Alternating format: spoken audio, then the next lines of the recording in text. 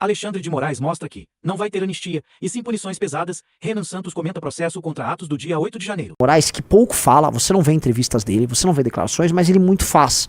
E aí a gente poderia falar, pô, um homem que pouco fala e muito faz é um homem bom. Mas não dá pra dizer sequer que as ações do Alexandre de Moraes vêm sendo ações inteligentes, tá?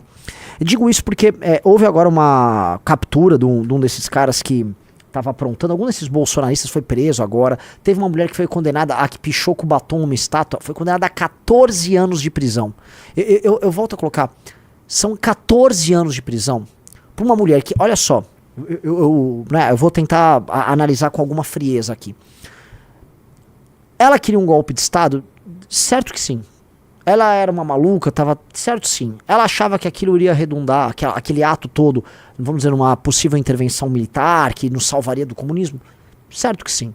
Dito isso, né, ela manchou uma estátua com batom, né, naquele ato, no vandalismo dela, com uma intenção golpista, e ela foi condenada a 14 anos de cadeia. Eu não acho que num país que um bandido sequer é preso, que um assassino sequer é preso, prender ela por 14 anos, eu não acho que é razoável. E eu não tenho nenhuma simpatia por ela. Eu volto a colocar, eu acho que ela estava ali defendendo um golpe de Estado, sim. Tá, eu já vi até pessoas nossas, não, veja, não tem muito veja bem. Não tem muito veja bem. Aquela mulher, ela queria um golpe de Estado. Ah, mas ela foi engambelada? Foi. Ela sofreu lavagem cerebral? Certo que sim. Mas 14 anos, isso é desproporcional com a legislação brasileira, e mais, isso é desproporcional com o entendimento geral desse STF maldito, que é um entendimento meio que leniente, meio não, muito leniente com a bandidagem. Teve uma declaração recente, foi do Lewandowski, me corrija, não sei se foi o Lewandowski Barroso, que não é STF, mas é um ex-STF, agora ministro da Justiça, que diz o seguinte, não é culpa da Justiça, a polícia prende mal e nós soltamos. A polícia prende mal e nós soltamos. A polícia faz um trabalho que é quase maluco, que é quase uma insanidade, que assim, você vai levar o cara detido pra delegacia sabendo que de nada vai adiantar, porque ele vai voltar solto. Porque ele vai voltar solto. Assim, a polícia, a gente gasta dinheiro com a polícia hoje, coitado da polícia. Inutilmente que o policial vai, se coloca numa posição de risco, prende um bandido, leva ele detido e sabe que ele vai sair.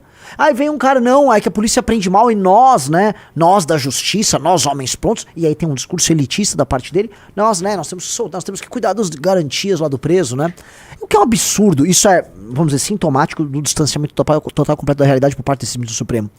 Né, o Denis Lima botou, sujeito vive em outro mundo, ele vive em outro mundo, é um sujeito que tá completamente fora da realidade,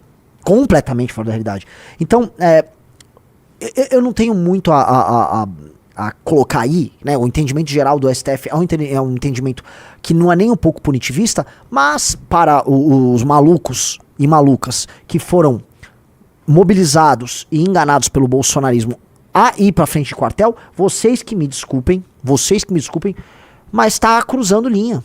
E eu acho que todo mundo vai concordar aqui, que o Alexandre de Moraes exagera. E aí, ao exagerar, ele comete injustiças. Ao exagerar, ele mostra uma sanha punitivista completamente, vamos dizer, desmedida quando comparada com a lógica do STF. E ele mostra também como o sistema se comporta, tá, com aquilo que ele considera um crime real. Porque, veja só, uma coisa é o crime que está inscrito na lei, né? Isso aqui é crime, isso aqui está no Código Penal. Beleza. Outra coisa é o que o sistema acha perigoso. Vocês entenderam a diferenciação que eu tô fazendo? Uma coisa é o tipo penal. A outra coisa é, isto aqui é perigoso pro sistema? Um exemplo, a Lava Jato era perigosa pro sistema. Portanto, a Lava Jato precisava ser criminalizada. Aquele ato que aconteceu, que é um ato que tinha teor golpista sim, e é um ato que atentava, é feio, mas enfim, que atentava contra o Estado Democrático de Direito, para eles é muito mais grave do que a existência, por exemplo, de uma facção criminosa que tortura e mata. Comando Vermelho, PCC, etc. É muito mais grave. Então, as punições que estão acontecendo, que são punições meio arbitrárias, sejamos bem claros, são punições que atendem, na verdade, a visão de mundo de quem detém o poder, sendo um burocrata. Os burocratas que detêm o poder, eles expressam ali a visão de mundo deles. Esses despachos, eles mostram para as pessoas o que é prioridade ou não. Entenderam o que eu quero dizer? Como ele é um despacho que parte, vamos dizer, de um inquérito que é um tanto quanto exótico, ele parte de um sistema né, que não tem o duplo grau de jurisdição, não tem o amplo direito de defesa, é tudo exótico. E aí ele tem essa liberdade para trazer vamos dizer, um julgado dessa natureza, com uma punição dessa natureza, que me desculpem os defensores ali do STF. que vocês me desculpem. Isso não faz sentido. O cidadão comum olha e não faz sentido. Então eu quero começar aqui fazendo esse paralelo. De um lado, alguém que muito fala e nada faz, o bolsonarismo. Eles vivem de falar.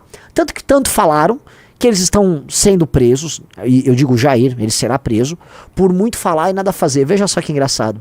E o argumento do Bolsonaro no fim vai ser dizer, sim, eu muito falo e nada faço. Muito falo e nada fiz. Olha que louco.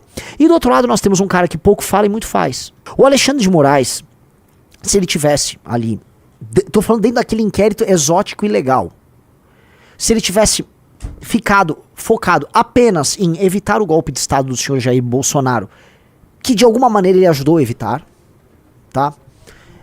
E não tivesse, né, abraçado a tentação de poder que vinha com esse vamos dizer, com esses meios de ação que ele tinha à disposição, o Alexandre de Moraes, ele teria a faca e o queijo na mão para fazer o que é certo ali.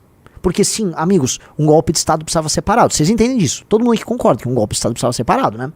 Dito isso, para ele não é mais sobre o golpe de Estado, mas é sim para a afirmação dele como força política e da afirmação dos seus pares como força política e da derrota de qualquer ameaça. Então, sim, o Alexandre de Moraes, como qualquer pessoa que vê a tentação do poder, ele pegou essa tentação e ele deu uma lambuzada ali.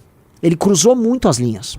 É uma guerra muito desgastante, eu volto a colocar, para ambos os lados. Ainda que o bolsonarismo, tá, enxergue, vamos dizer, o surgimento para ele de uma causa. Sim, para um bolsonarista, vamos dizer, a causa está ficando clara e os Bolsonaro estão tentando se tornar defensores daquelas pessoas que eles mesmos mobilizaram para assumir aquele risco de ficar na frente do quartel.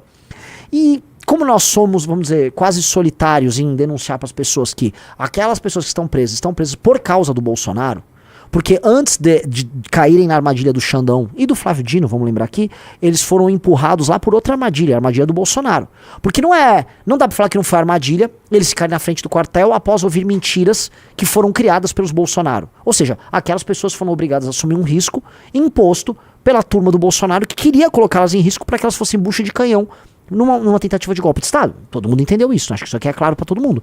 Então eles entendem as coisas dessa maneira, eles trabalham com as coisas nesses termos e é natural que, enfim, essa relação seja chamada de relação abusiva. A relação que o Bolsonaro tem com essa turma é naturalmente abusiva, não é uma relação de respeito.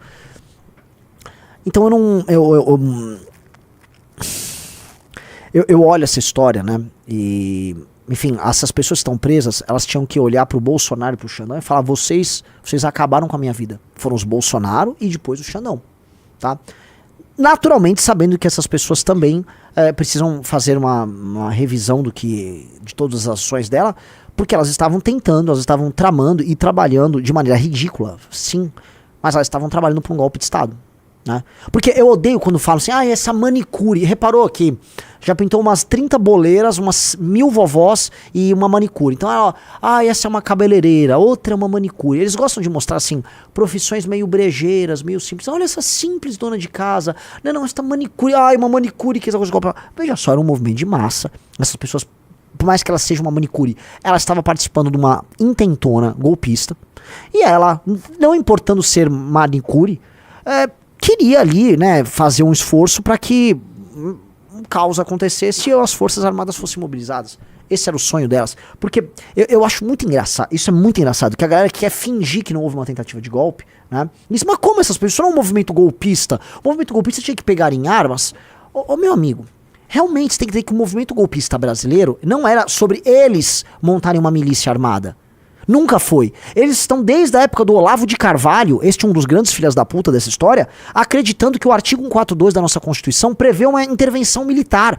Então o golpe deles consistia em ir na frente de quartéis, pedir com faixas e cantar alucinadamente por meses a fio um pedido de intervenção militar ilegal, julgando este ser constitucional. Então, a natureza do golpe é outra. Eles eram uma massa de pessoas querendo mobilizar as Forças Armadas, acreditando por parte dos seus líderes que essa mobilização era necessária. E aí eles achavam que sim, eles iam causar um caos e as Forças Armadas iam atuar para salvar o Brasil. Este era o golpe que eles estavam dizendo, era um golpe diferente. E esse golpe fica claro quando essas pessoas iam por esse caminho, e na mesma linha, o presidente da República, até então o Bolsonaro, tentava não só apenas produzir material fundamentando um golpe contra o TSE, tá? Um golpe até agora, vamos dizer, uma fraude que eles tentaram comprovar até hoje, não provada, e não vai provar porque muito provavelmente, tô falando assim, 99,9%, não teve fraude nenhuma. Então, eles tentaram isso e prepararam uma minuta de um golpe e tentaram convencer ministros de Estado e chefes das Forças Armadas a tocar o golpe. Então, sim, meu amigo, tá tudo. Essa era a natureza desse golpe. E aquelas pessoas estavam cumprindo o seu papel nesse arranjo golpista. Então todo mundo que tá diminuindo, não, é uma cabeleireira que foi protestar aqui. Não era uma cabeleireira, ela estava cumprindo um papel dentro desse arranjo. E era um papel que ela cumpria de maneira consciente. Eles sabiam que o papel que cabia nesse jogo era mobilizar as Forças Armadas, era ficar na frente dos quartéis, o dinheiro ia pra lá pra isso. Eles não estavam à toa na frente de um quartel, eles não estavam na frente de um, sei lá, de um estádio de futebol ou de uma escola de samba. Eles estavam na frente de um quartel. Eles estavam todos posicionados em frente a quartéis com pedidos muito específicos. Então, que cacete é isso, né? É bizarro. É bizarro, entendeu? E eu acho, cara, que honestamente, o Alexandre de Moraes, né, nesse game, ele não percebe mais que perdeu a linha. Ele não percebe mais que cruzou várias linhas mesmo, né? Cruzou a risca de giz várias vezes. E que isso vai se virar contra ele em algum momento. E não é porque não é a roda da história ou a justiça. Não, eu errei aqui. É a roda da história, sim. A roda da história vai se voltar contra ele. Porque os próprios arranjos do STF que mantém ele lá nessa posição, uma hora vão tirar ele dessa posição. E ele vai ficar numa situação frágil. O que o Alexandre de Moraes está contratando é uma grande fragilidade. E talvez, sabendo que em algum momento vai virar uma fragilidade, ele adota a estratégia de atacar sempre. Né? Assim como é da natureza do Bolsonaro chorar e perder, é da natureza do Alexandre de Moraes atacar e aumentar a intensidade do ataque. Gostou deste vídeo? Se inscreva, curta, comenta e compartilha na missão.